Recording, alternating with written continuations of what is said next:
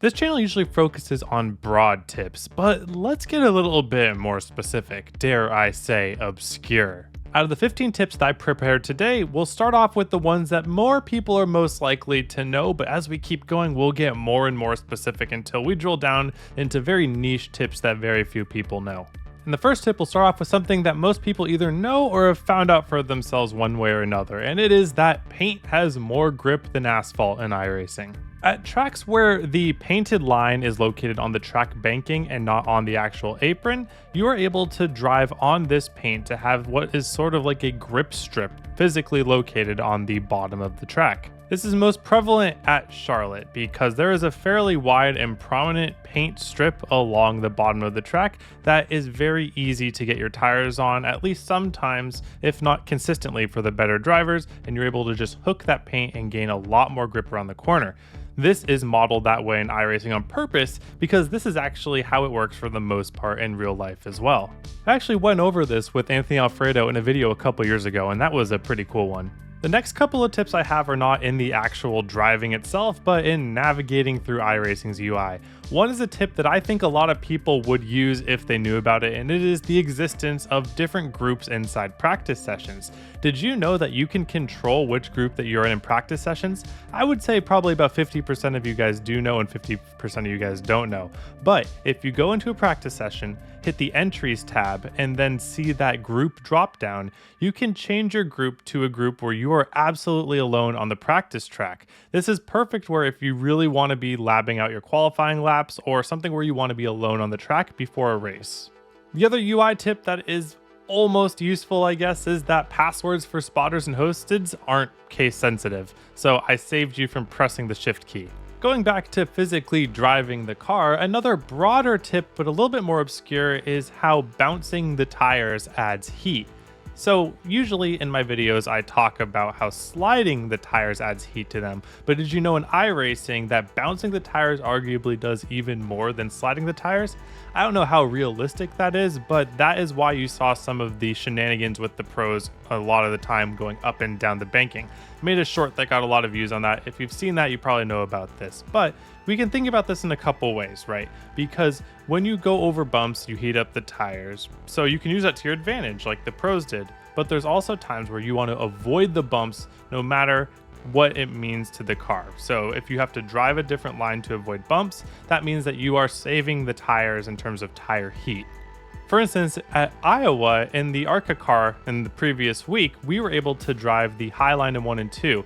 Usually the bumps up there were so severe that you just can't drive through them, but the current ARCA car, you could kind of go through them at least with decent speed. But if you took that line too much, you would actually heat up your tires more, being more susceptible to wear and having events that would end up damaging your tires. So you still want to be in that lower line under the bumps, even if it's not as great of an advantage in terms of one lap time as it was going a little bit higher and maybe surviving the bumps a little more. We'll see this idea pop up again at a different track for a little bit more of a specific tip later on. Next is splitting the banking. At tracks with progressive banking like Homestead, you can put 2 wheels on one lane and 2 wheels on the other, and the difference in banking between it causes your car to get loose because of a lot of physicsy mumbo jumbo that I'm not too sure about. But what happens is that you basically rotate more than you would if you were just on one lane or the other, or at least more than you would expect. This can catch a lot of people off guard if they're not ready for it. In fact, you've probably already found it out if you've driven enough Homestead to where you just know to stick to your lane, but you can use this to your advantage. If your car is battling tight for some reason, let's say that you pushed your car too hard fighting in a tough fight and now your car is pushing tight, you can split these lanes on purpose so that you can get extra looseness in the car and hopefully balance it back out again. Today's video is sponsored by Transparent Labs and their transparent and natural supplements. I've been getting serious about getting healthy lately, and to show you how serious I'm getting, I'm going to do the rest of this ad read while planking. So, sip of protein shake first. Very good. Now let's get going. So Transparent Labs is an all-natural supplement company where their products are free from artificial dyes, sweeteners, and fillers. I chose their chocolate protein powder because it looked tasty, and I like knowing exactly what the ingredients are that are going in my body. So today I made a chocolate banana peanut butter protein smoothie, and honestly this was the best one I made yet. It was so tasty. So right now is Transparent Labs' biggest sale of the year, Black Friday, 25% off site-wide, plus you get a free bundle, $149 in value. You get a backpack, a water bottle, and 5 samples of products that you'll see on the side here, because I can't remember right now, because I am in pain. So whether you're looking to bulk up, stay in shape, or even lose weight, there's a product for you in Transparent Labs, and now is the best time of the year to try it out. The next tip has to do with running the wall, but not just at any track, at legacy tracks. One of the big differences between legacy tracks and current NASCAR tracks is their implementation of the safer barrier. The safer barrier are those foam walls that absorb impacts better for real life, but of course we have to include those in iRacing as well. What it does is it juts out the wall a little bit so that you have a difference between hard wall and the safer barrier wall. These days, the entire track at every NASCAR oval is safer barrier, outside and inside with a couple exceptions, but on the outside I don't think there's any exceptions. On the old NASCAR tracks, the ones from 2008, early 2010s, only the corners had the safer barriers and the straightaways did not. What this leads to is a lot of the corner entries and corner exits have safer barriers jutting out in a spot that makes the corner entries and exits not uniform in terms of radius. So there are actually slightly different lines that we have to account for, especially when running the wall, to account for these safer barriers either coming to us on the entry or going away on exit.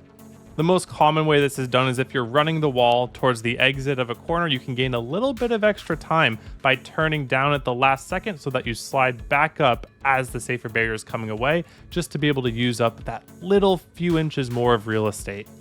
The next has to do with pit road. So a lot of you guys already know not to use the pit speed limiter that iRacing gives you because you'll just be slow compared to other people. But did you know that there's other ways to abuse the pit speed limit as well?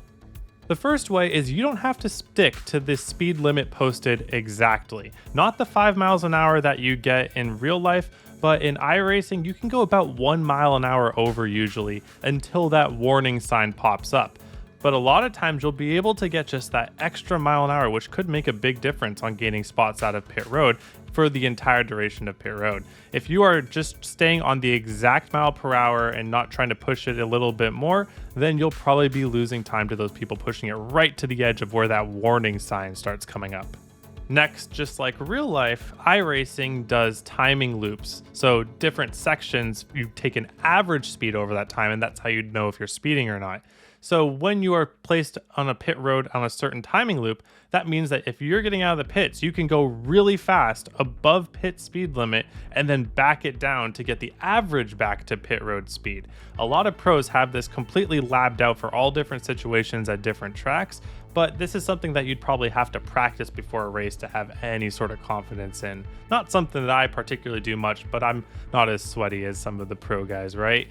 In-car brake bias is a very good tool at a lot of tracks where the corners handle differently.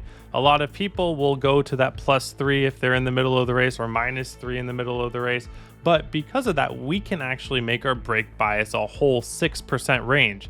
So if you start at a brake bias that's lower and then increase the brake bias to start higher and then lower it over time, then you can lower your brake bias by 6% over the given run or in between corners if that's what you choose. Not something that a lot of people utilize, but it is something that's very prevalent on the high levels when you really want to maximize your difference in brake bias, either from corner to corner or from the beginning of the run to an end of the run. Another tip that is semi-obscure, but I would say a lot of people know it, is that you can go below or above the minimum and maximum brake bias by going all the way down on the garage and then going even lower on the in-car. You get an extra 3%. It doesn't just stop at that. You can go lower than that in-car. Next, we're going to go from NASCAR stock cars to late model stock cars, because at most tracks with high banking and the larger tracks with a higher amount of speed, late model stock cars can utilize well-timed apron clips to gain speed. This rotates the car in a way that it wouldn't rotate a lot of other cars, so that the late model not just survives it, but really likes the apron clip in terms of getting its rotation. You can be a lot more aggressive on the throttle with that sudden burst of rotation, and it allows for a lot better lap times in a place where tire heating from that or any sort of tire damage doesn't matter as much, especially in a qualifying lap. In a race, I would use it sparingly, but I think some people do utilize it quite a bit. For the last 4 tips, we're going to get really obscure into track-specific tips that you really wouldn't think about unless you really dug deep into it.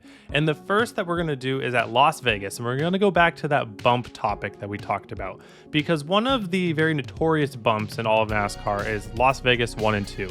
They're very bad bumps, you seemingly can't avoid them. But there is one place where they are a lot worse than the others, and that is smack dab in the middle of the first lane. So if you want to avoid the worst parts of the bumps, we either want our tires to be below the bumps or above the bumps. So in this case, you either have to really stick the line early on the corner entry of turn 1 at Las Vegas, or we just have to go about 3/4 to a full lane off the bottom. If you miss your bottom and you end up going through the bumps, your car will behave a lot worse than if you just would have avoided them by going above them. Next at Darlington, we have a reverse situation to that safer barrier topic we talked about earlier. At Darlington, the wall swings away from you on entry.